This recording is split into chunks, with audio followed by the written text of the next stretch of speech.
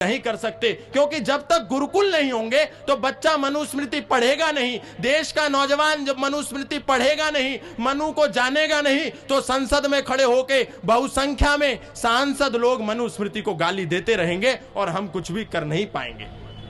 इसलिए, और ऐसा नहीं है कि इस पे काम नहीं हुआ। हमारे आदरणीय श्री धर्मपाल आर्य जी यहां पर बैठे हुए हैं। सन 1989 में राजस्थान हाई कोर्ट में जो मनु की प्रतिमा लगी हुई थी, उस मनु की प्रतिमा को वहां से हटाने के आदेश राजस्थान हाई कोर्ट के लोगों ने, राजस्थान हाई कोर्ट के पीठ ने, जजेस ने कह दिया था कि इस प्रतिमा को यहां से हटा दो, क्योंकि मनु तो शूद्रों के विरोधी है, मनु तो दलितों के दलन करता है, मनु तो ब्राह्मणवादी हैं, मनु तो भेदभाव करने वाले हैं, मनु तो समाज में समरसता का प्रतीक नहीं है, मनु तो समाज में भेदभाव का प्रतीक है।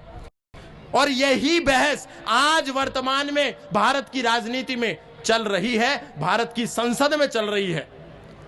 लेकिन किसी को यह नहीं पता कि 1989 में मनु के बारे में कुछ भी मुंह जबानी कह देना और तर्क, तथ्य, युक्ति और प्रमाण के आधार पर बात करना, इसमें जमीन आसमान का अंतर होता है। 1989 में उस समय वो प्रतिमा हट जाती अगर आर्य समाज ना होता, अगर धर्मपाल आर्य जी ना होते और वहां जाकर के कोर्ट के सामने मुखर होकर ये नहीं कहते कि ये 14 तर्क हैं, अगर आप इसमें से सबसे कमजोर 3 तर्कों को उठा लें तो मैं आपको चुनौती देता हूं कि ये मनु की प्रतिमा यहां से हटा नहीं पाएंगे। उस समय प्रतिवादी वकील 3 तर्कों को उठा नहीं पाया। यहां तक ये शर्त इन्होंने रख दी कि सबसे कमजोर जो लगे, जिस पे आपको लगे कि मैं हार जाऊंगा, जिस पे आपको लगे मैं परास्त हो जाऊंगा, वो 3 उठा लो। लेकिन नहीं उठाया। तो जजेस ने कहा कि आप 14 के 14 तर्कों पर बात कीजिए और हमको समझाइए। लगभग 3 दिन का समय लगा। उसमें तर्क ये थे कि मनु शूद्रों के विरोधी नहीं है, मनु की प्रतिष्ठा विदेशों में भी है, मनु महिलाओं के शोषक नहीं है, मनु ब्राह्मणों के ही हितैषी नहीं है। ऐसे 14 तर्क थे। जज साहब ने कहा 14 के 14 तर्क समझाइए।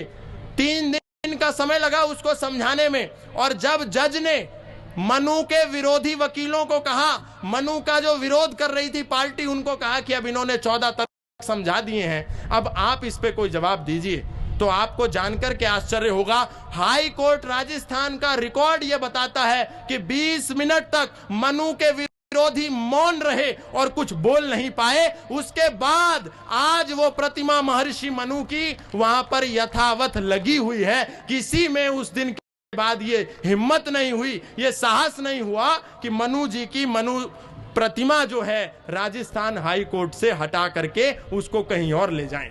और आज गाली दी जा रही है, मनु को जलाया जा रहा है, मनु स्मृति को सड़कों पर जलाया जा रहा है। लेकिन इनमें से किसी भी एक व्यक्ति ने यह नहीं कहा कि कुरान में क्या लिखा है, एक बार उसको तो देखो, कुरान में महिलाओं के बारे में क्या है उसको तो देखो, कुरान में गैर इस्लामिक लोगों के बारे में क्या है उसमें तो देखो।